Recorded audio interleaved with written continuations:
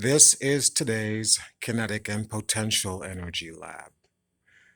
Your equipment you're going to be using today to calculate potential and kinetic energy are going to be a CPO timer, the stand, the roller coaster track, and this time one sensor.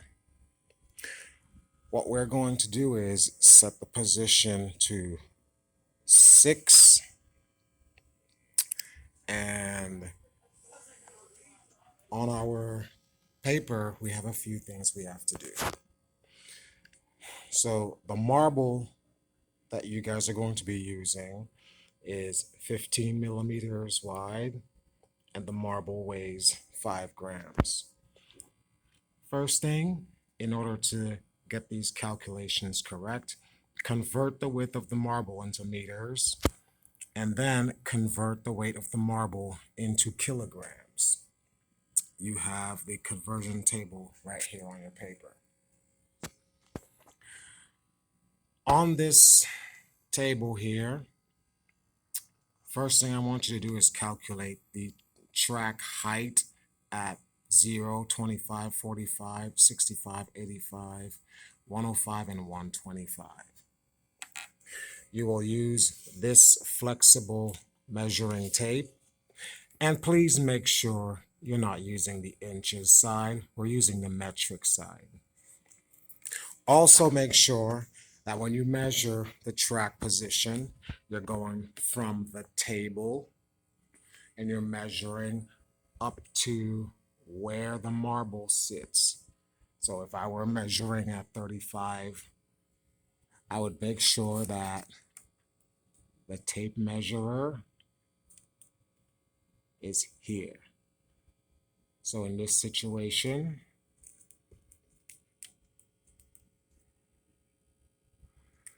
let's go with, we could call that 18 centimeters at position 35.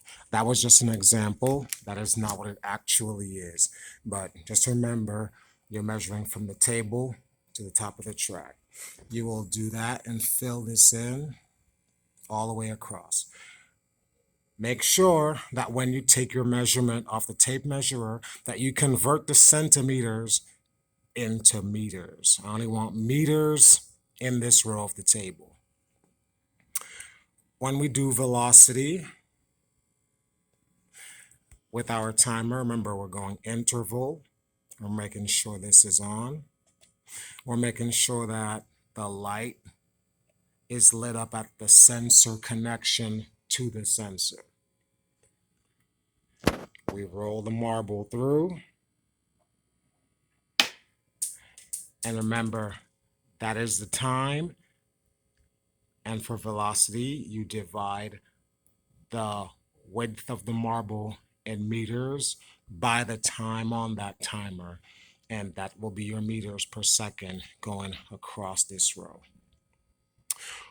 Once you have that, you will then go through and you will calculate the potential energy at each one of these distances on the track.